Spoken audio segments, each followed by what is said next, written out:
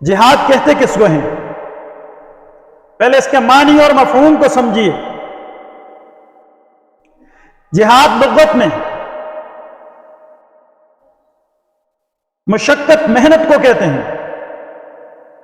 لغوی معنی جہاد کا جہد سے، کٹھن کام، مشقت والا کام، کوشش کرنا۔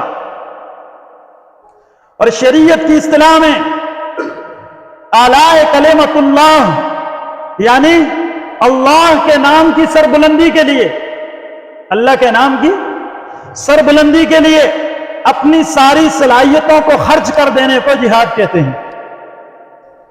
اس کے علاوہ جہاد کو اور کوئی معنی مطلب نہیں تلاش کر سکتے آپ۔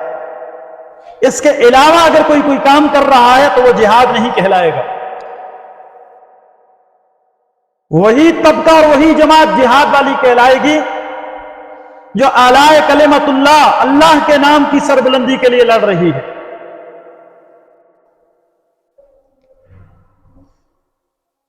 اچھا، اس کی ضرورت کب پڑی؟ اس کو بھی سمجھنا بڑا ضروری ہے۔ ہمارے ہاں عموماً معاشرے میں لبرلزم کا، لبرل لوگوں کا زور ہے، میڈیا وار ہے، پروپیگنڈا ہے۔ مسلمان نوجوان کی ذہنی سطح کو پست کرنے کے لیے اسے مختلف پروپیگنڈے کا شکار کیا جاتا ہے۔ میرے نوجوان کو بتایا جاتا ہے کہ مسلمان وہ دہشت گرد ہے اور اسلام وہ شمشیر کے زور پر، بزور شمشیر، تلوار کے زور پہ پھیلا ہے۔ اس کی پھر مختلف مثالیں رسول اللہ کے جہاد اور رسول اللہ کی زندگی کی دی جاتی ہیں کہ اسلام تو شدت پسندی کا نام ہے۔ میرے عزیزوں، بڑے غور اور دھیان کے ساتھ اس مثال کو سمجھیے کہ شریعت میں جہاد کی کیا اہمیت ہے۔ ایک مثال سے سمجھاتا ہوں،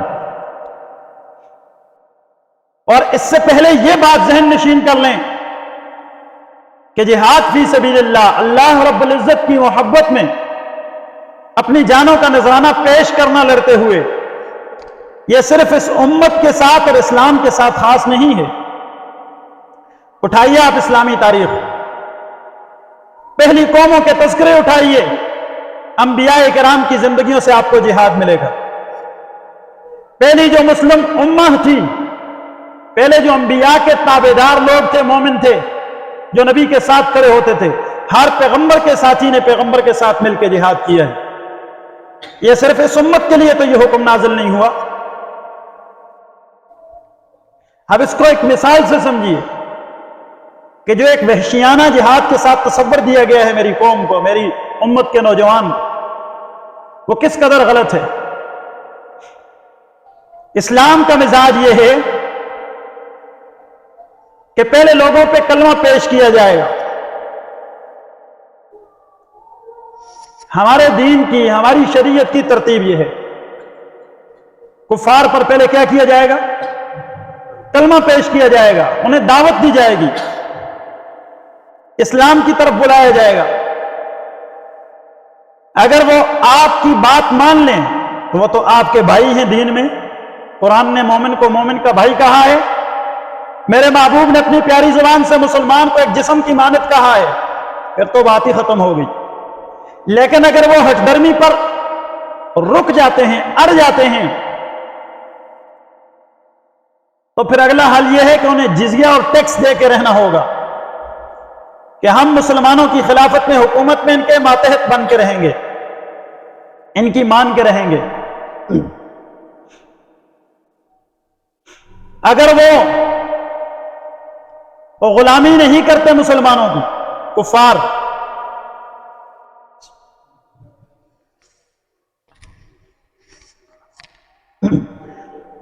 اگر کفار مسلمانوں کی غلامی اختیار نہیں کرتے، ان کے ماتحت ہو کے نہیں گزارا کرتے، جزیہ اور ٹیکس دے کے گزارا نہیں کرتے مسلمانوں کے ساتھ، کلمہ ان پہ پیش کیا، اسلام کو قبول بھی نہیں کرتے، اور مسلمانوں کو ایذائیں بھی دیتے ہیں، ایمان والوں کو تکلیف دیتے ہیں، جیسے آج فلسطین میں یہودی مسلمانوں کو ستا رہے ہیں۔ ستا کیا رہے ہیں؟ سینکڑوں کے حساب سے انہیں جلا رہے ہیں، ان کا خون بہا رہے ہیں۔ اس وقت امت مسلمہ پر، ہر صاحب ایمان پر پھر جہاد فرض ہے۔ اور اس جہاد کی مثال کیا ہے؟ اس مثال سے میں آپ کو سمجھا رہا تھا۔ دیکھیں، جب کسی شخص کے بدن پر کوئی کوڑ پھوٹ جائے، کوئی ایسا کینسر نما دانہ ہو، موذی مرض ہو کہ وہ ایسا دانہ ہو جس کا دوائیوں سے علاج ممکن نہ ہو، پہلا کام ڈاکٹر کیا کرے گا؟ پہلے ڈاکٹر اس کو دوائی دے گا۔ اگر ان دواؤں کے ساتھ وہ دانہ ٹھیک ہو گیا تو مریض کو بھیج دیا جائے گا واپس۔ بہت اچھی بات ہے۔ یہ ہے ایمان والوں کا کافروں پر کلمہ پیش کرنا، پہلی گولی کہ کافر کلمہ پڑھ لیں۔ پھر بھی اگر وہ دانہ پھیلتا چلا جا رہا ہے، ٹانگ میں ہے، گھٹنے میں ہے، پاؤں میں ہے، وہ پھیلتا چلا جا رہا ہے، کنٹرول نہیں ہو رہا، تو پھر ڈاکٹر کہیں گے اس مریض سے کہ اگر آپ کہیں تو ہم اسے کٹ لگائیں گے، اس سے پانی نکالیں گے، گندگی نکالیں گے۔ امید ہے اس کی زہر نکلنے کی وجہ سے یہ دانہ آپ کے باقی بدن کو نقصان نہیں دے گا، تو تھوڑا سا چیرا لگایا جائے گا۔ یہ دوسرا پروسیس ہے۔ پہلے اسے دوائی دی، اس کے بعد اس دانے کو کیا کیا؟ کٹ لگایا، چیرا لگایا۔ آپ سے پوچھتا ہوں، مریض کے جس ڈاکٹر نے مریض کے دانے کو کٹ لگایا ہے، جس نے پہلے دوائی دی تھی، کٹ لگانے پر یہ مریض ڈاکٹر کو مارے گا یا فیس دے گا؟ جی، ناراض ہوگا یا خوش ہوگا؟ مریض خوش ہوگا، میرا علاج کر رہا، فیس بھی دے کے جائے گا، نذرانہ بھی دے کے جائے گا۔ کچھ عرصے کے بعد وہ مریض پھر حاضر، ڈاکٹر صاحب بات نہیں بنی، بات نہیں بنی، یہ تو دانہ پھیلتا ہی چلا جا رہا ہے۔ تو ڈاکٹر اس نوجوان سے، اس مریض سے کہے گا، بھائی صاحب اب مسئلہ اس نوعیت کا ہے کہ آپ کی رپورٹ بتا رہی ہے کہ اگر گھٹنے سے آگے دانے والی ٹانگ کو، اگر اس ٹانگ سے آگے آپ کے دانے والے پاؤں کو نہیں کاٹتے تو یہ زہر پھیل کے بدن میں پھیلے گی، آپ کی جان چلی جائے گی۔ اب آپریٹ کرنے کے سوا، آپریشن کرنے کے سوا کوئی چارہ نہیں ہے، آپ کو آپریشن کرنا پڑے گا۔ وہ اس کینسر نما دانے کو، اس جگہ کو الگ کر دیتا ہے، کٹا ہوا عضو اور ہاتھ اور پاؤں وہ مریض لے کے گھر لوٹتا ہے، ڈاکٹر کو دعائیں دیتا ہے یا بد دعائیں دیتا ہے؟ ڈاکٹر کے ساتھ جھگڑا کرتا ہے یا اسے فیس دیتا ہے؟ ڈاکٹر سے ناراض ہوتا ہے یا خوش ہوتا ہے؟ اس مثال کو سامنے رکھیے، اپنے آپ کو بتاتا ہوں کہ جہاد کیا ہے۔ رب العزت کی ترتیب یہ ہے، اللہ نے ایمان والوں کو حکم دیا ہے کہ تم کافروں پر ایمان پیش کرو، یہ ان کے لیے دوائی ہے۔ اگر اس کلمے والی گولی کو وہ کھا لیں گے تو ان کے ایمان اندر میں اترنے کے ساتھ ان کی روحانی شرک کی بیماری دور ہو جائے گی۔ اگر وہ کافر تمہاری اس گولی کو، دوائی کو قبول نہیں کرتے تو پھر تھوڑا سا چیرا لگاؤ، ان پہ ٹیکس لگاؤ کہ تمہیں غلامی والی زندگی اختیار کرنی ہوگی۔ اگر کافر یہ بھی نہیں کرتے، تمہارے بچوں کو نقصان پہنچاتے ہیں، تمہاری عزت آبرو پر ڈاکہ ڈالتے ہیں، تو پھر آپریٹ کرو۔ میرے نبی نے خود بنفسہ نفیس میدان میں، غزوات میں، بدر میں، احد میں، حنین میں تلوار لی ہے، آپریٹ کیا ہے، آپریشن کیا ہے۔ یہ آخری حل تھا جب میرے محبوب تلوار لے کے اترے ہیں۔ کفار کا وہ ناسور پھوڑ، وہ دانا، وہ کوڑ، اس کو اٹھا کے میدان کارزار سے صاف کیا ہے۔ پیچھے جو باقی امت تھی اس کے اندر اللہ نے اسلام کو عام کیا ہے۔ جہاد اس آپریشن کی مانند ہے۔ اس لیے اب ہماری جو کیفیت ہے مسلم امہ کی، پوری امت، اس کے اوپر اب آپریشن فرض ہے۔ اب آپریشن کس درجے میں ہے؟ فرض کے درجے میں۔ اس لیے کہ یہودی تمہاری دعوت کو قبول نہیں کر رہے، تمہارے ساتھ کسی قسم کے مذاکرات پر وہ نہیں آ رہے۔ دیکھیں مذاکرات پہ بھی آ جاتا ہے نا بندہ، ایک طرح سے 60 سے 70 ممالک ہیں اسلامی، تم کسی اسلامی ملک کے ساتھ بیٹھ کے مذاکرات کر لو، تمہاری فلسطین سے نہیں بن رہی، باقی اسلامی ممالک بیٹھ کے بات چیت کر لیں، ہو گیا. اگر تم مذاکرات پہ آ جاتے ہو پھر بھی باقی اسلامی ممالک جتنے بھی ہیں وہ مدافعت نہیں کریں گے، وہ ویسے بھی نہیں کر رہے. دوسری بات پہ بھی وہ نہیں آ رہے، پہلی بات پہ بھی وہ نہیں آ رہے.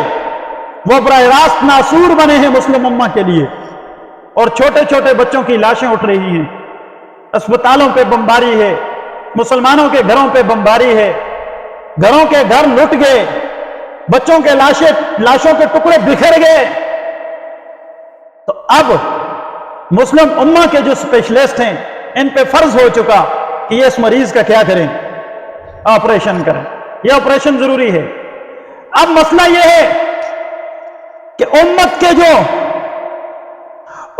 جو عیادت کے لیے، امت کے جو اس مریض کو دیکھنے والے جو ہیں وہ تو بڑے ہیں اور کافی سارے تیار بھی ہیں، بلکہ بہت زیادہ تیار ہیں کہ اگر ان اسپیشلسٹوں سے کام نہیں ہو رہا، ہم ہاتھ جوڑ کے امت کے یہ باقی نوجوان کھڑے ہیں، آپ صرف گاؤنز پہنو، وردی پہنو، مخصوص اپنے اوزار لو، آگے بڑھو، تم جانے نہ دو، جانے یہ قوم کے نوجوان دیں گے. انہیں طریقہ بتاؤ آپریشن کرنا، یہ تم سے بہتر جانتے ہیں، یہ کریں گے. ہے کہ کوئی نہیں ہے؟ اور تیار ہو کے نہیں ہو؟ تیار ہو کے نہیں ہو؟ خدا کی قسم ہم تو تیار ہیں، ہم تو تیار ہیں. ہم کہتے ہیں اسپیشلسٹ صاحب، ڈاکٹر صاحب، سرجن صاحب، یہ اپنے حکام بالا سے کہہ رہا ہوں، اپنے بڑوں سے کہہ رہا ہوں، ہم آپ کا احترام کرتے ہیں، آپ کو اسپیشلسٹ ہی مانتے ہیں، آپ کے تمغہ شجاعت آپ کو ہی دیتے ہیں، آپ کی ساری جرت اور بہادری آپ کو ہی دیں گے. ہمارے نوجوانوں کو آپ کوئی کریڈٹ نہ دیجئے، ناموں میں سے نام بھی ذکر نہ کیجئے، بس ہمیں اپنے ساتھ رکھ لیجئے. جان دینے کی باری آئی تو میرا نوجوان حاضر ہے، ہم جانے دیں گے، آپ اجازت تو دیجئے. پھر آپ دیکھیے، ہم دیکھتے ہیں کہ وہ کیسے ہمارے بچوں کی ہڈیاں اور چیتڑے اڑا رہے ہیں. اور اللہ سے کیا مانگتے ہو؟ یہ موقع مل جائے تو سودا مہنگا نہیں ہے، یہ بڑا سستا سودا ہے، اور ہمارے پلے ہے کیا؟ میرے عزیزوں، تمہیں میرے محبوب کی زندگی بھول گئی؟ اے مسلم امہ، اے مسلم امت کے لیڈروں، رہنماؤں، سالاروں، خدارہ ہوش کے نہ ہلو، تم صلاح الدین ایوبی کے بیٹے ہو، تمہاری نسبت خالد بن ولید سے ہے، تم محمد بن قاسم کی اولاد تھے، تمہیں کیا ہو گیا؟ تم بیدار ہو جاؤ، اپنے اسلاف و اکابر کی زندگی تو دیکھو کہ وہ کسی ایک مسلمان عورت کی سر سے دوپٹہ اترنے پر، آبرو لٹنے پر وہ کھڑے ہو جاتے تھے. ان کو اللہ نے کیسی غیرتیں عطا کی تھی. ارے تمہاری غیرت کہاں مر گئی؟ تمہاری بچیوں کے دوپٹے تار تار ہیں، تمہارے بچوں کے چیتڑے اڑ رہے ہیں. کیا تم اسے ایک ملک سے تعبیر کر رہے ہو کہ وہ اس ملک کا مسئلہ ہے، ہمارا نہیں؟ کیا تمہیں اپنے نبی کی زندگی اور تعلیمات بھول گئی کہ میرے محبوب نے فرمایا میری امت کے مسلمان ایمان والے کہ جسد واحد، ایک جسم کی مانند ہیں کہ جسم کے کسی ایک حصے میں بھی درد ہو تو انسان سو نہیں سکتا، پورا وجود بے قرار ہوتا ہے. اے میری امت کے، اے امت مسلمہ کے سالاروں، اے فوجی جرنیلوں، اے قوم کے پیشواؤں، اے قوم کے لیڈروں، اے حاکم وقت، اے رہنما وقت، کہاں سو گئے تم؟ بیدار ہو جاؤ، کہاں مر گئی تمہاری غیرت؟ ارے خدا را ہوش کے ناخن لو، تم جاگو، بیدار ہو جاؤ، خدا کے لیے ہمیں ساتھ لے کے جاؤ. تم پیچھے رہو، ہمیں آگے کرو، ہم لڑیں گے ان سے. ہمیں توپ چلانی نہیں آتی، ہمیں میزائل چلانے نہیں آتے، ہمیں بندوق چلانی نہیں آتی. ہم پتھروں ہی سے، وہ فلسطین کے بچے پتھر اٹھائے نہیں کھڑے؟ جب وہ پتھر اٹھا کے ان کے میزائلوں پہ پھینک رہے ہیں، ہم بھی تو پتھر اٹھا کے پھینک لیں گے. اور نہ صحیح تو کسی کی ڈھال بن جائیں گے، کسی بچے پہ گر کے اپنی جان دے دیں گے. ارے کسی ایک جان کو بچا کے تو اپنا کھاتا صاف کر لیں گے آخرت کا.